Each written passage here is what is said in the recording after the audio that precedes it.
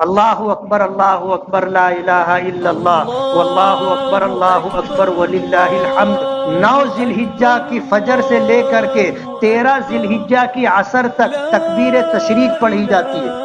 اللہ اکبر لا الہ الا اللہ واللہ اکبر وللہ الحمد۔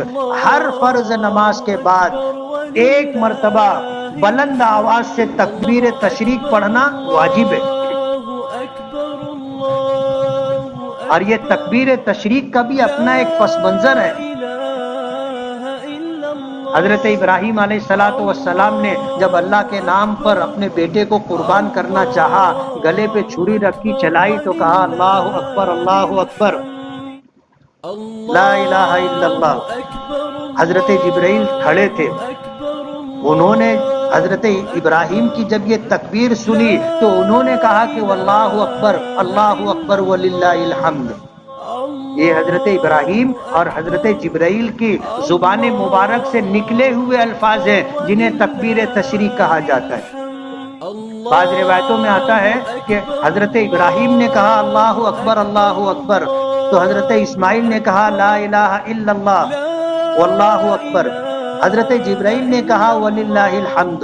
الفاظ کم و بیش ہے، یعنی یہ تینوں حضرت ابراہیم، حضرت اسماعیل، حضرت جبرائیل کی زبان مبارک سے نکلے ہوئے الفاظ ہیں جو تکبیر تشریق سے جانے جاتے ہیں۔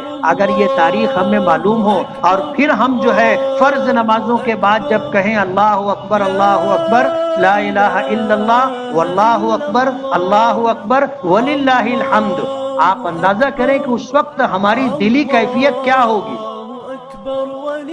ہمیں معلوم نہیں ہے، اس لیے پڑھنے کا وہ جذبہ نہیں رہتا۔ اور تکبیر تشریق 1 مرتبہ پڑھنا واجب ہے، 3 مرتبہ پڑھنا مستحب ہے۔ ہم 1 ہی مرتبہ پڑھتے ہیں، کبھی 3 مرتبہ نہیں پڑھتے۔ 1 مرتبہ پڑھ کے سب چپ ہو جاتے، 3 مرتبہ پڑھنا مستحب ہے۔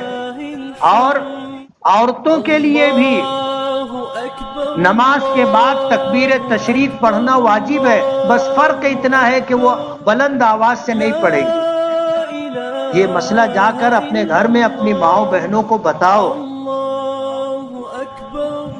کہ ذی الحجہ کی 9 تاریخ کی فجر سے لے کر 13 تاریخ کی عصر تک ہر فرض نماز کے بعد تکبیر تشریق پڑھنا واجب ہے۔ اور یہ حضرت ابراہیم، حضرت اسماعیل اور حضرت جبرائیل کی زبان مبارک سے نکلے ہوئے الفاظ ہیں۔